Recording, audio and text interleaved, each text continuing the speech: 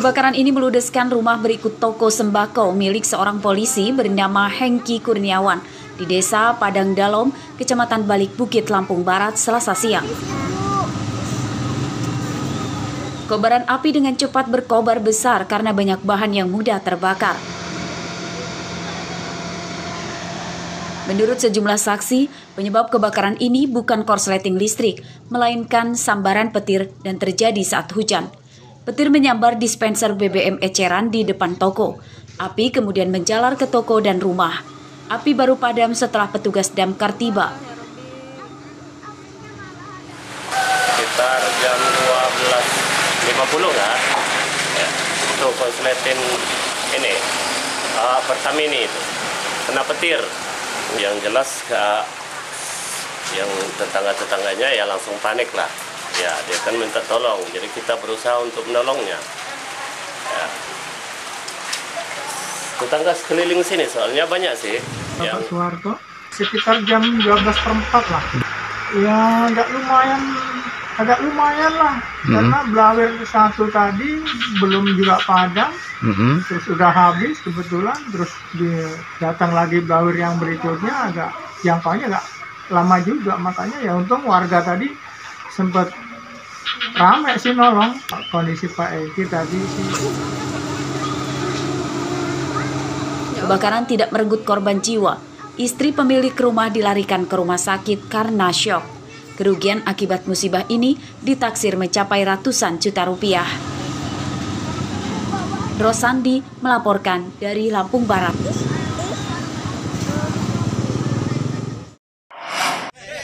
Di mana-mana ada trek.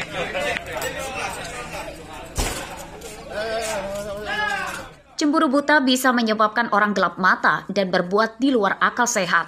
Itulah yang dilakukan Hendra Kurniawan, warga desa Tanjung Ratu, Kecamatan Selagai Lingga, Lampung Tengah. Hendra ditangkap polisi pada Selasa siang karena membunuh Zulfakar, suami mantan istrinya.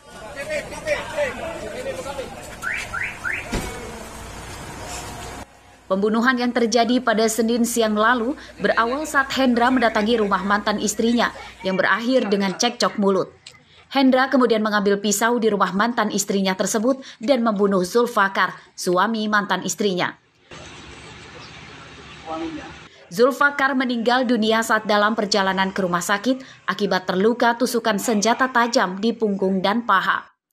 Dari hasil pemeriksaan polisi, Hendra mengaku sakit hati karena istri yang dinikahinya selama 12 tahun secara siri itu menikah lagi hanya berselang 3 bulan setelah mereka bercerai.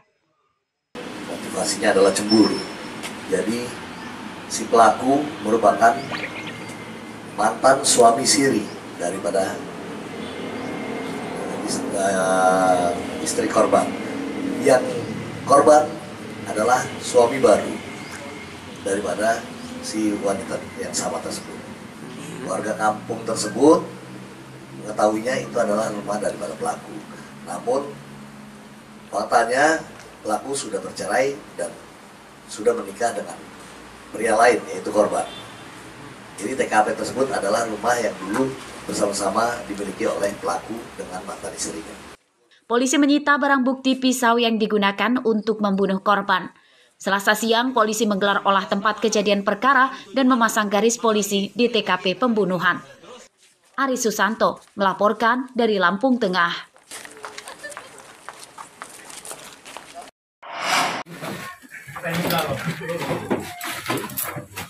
Rumah Awe di Desa Gunung Meneng, Tulang Bawang, Selasa dini hari digerebek polisi. Pria 38 tahun ditangkap karena diduga mencabuli seorang bocah perempuan tetangganya.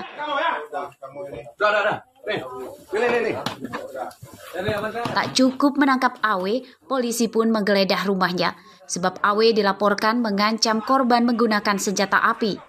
Hasil penggeledahan polisi menyita 1 pucuk senjata api rakitan berikut 8 pelurunya.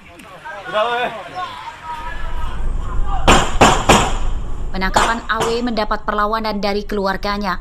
Mereka tidak terima Awe ditangkap polisi. Ketegangan mereda setelah polisi meletuskan tembakan peringatan ke arah udara. Dari hasil pemeriksaan polisi, tersangka Awe meresahkan warga Ia merupakan preman kampung yang sering pamer senjata api miliknya ke warga. Awe bahkan sering mengintimidasi warga untuk mendapatkan sesuatu yang diinginkannya, termasuk mencabuli korban di rumah korban. Berawal dari adanya laporan terkait dengan dugaan terjadinya tindak pidana pencabulan anak di bawah umur, yang mana pada saat itu tersangka W ini melakukan pengancaman terhadap korban menggunakan sen pirakitan. Pada saat itu terjadi di rumah korban. Pencabulan terungkap setelah korban mengadu ke orang tuanya dan dilaporkan ke polisi.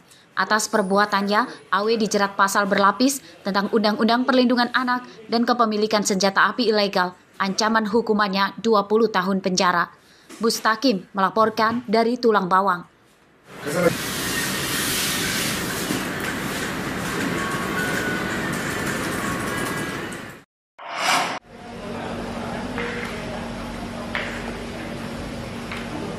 Belasan korban penipuan dan penggelapan modus jual beli sembako di Pringsewu Selasa siang mendatangi Polres tempat. Mereka menanyakan perkembangan kasus yang sudah dilaporkan beberapa bulan lalu, namun polisi belum menangkap pelakunya.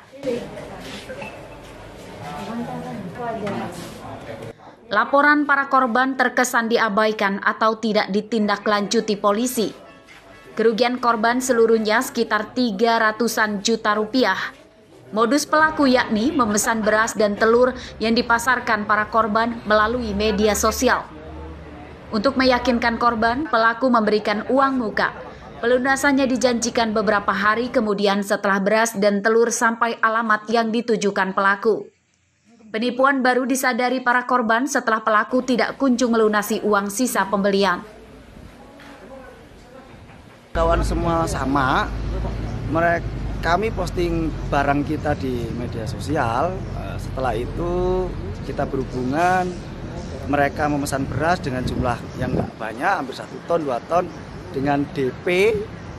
Setelah itu tidak kembali, dengan janji 3 hari untuk melunasi, 4 hari ternyata sampai berbulan-bulan. Untuk kasus saya sendiri sudah 2 tahun, untuk Mas Iqbal baru bulan 4.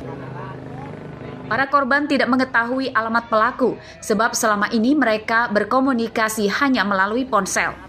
Alamat pemesanan beras dan telur juga berbeda-beda. Lain korban, lain pula alamat yang dituju untuk pengiriman barang.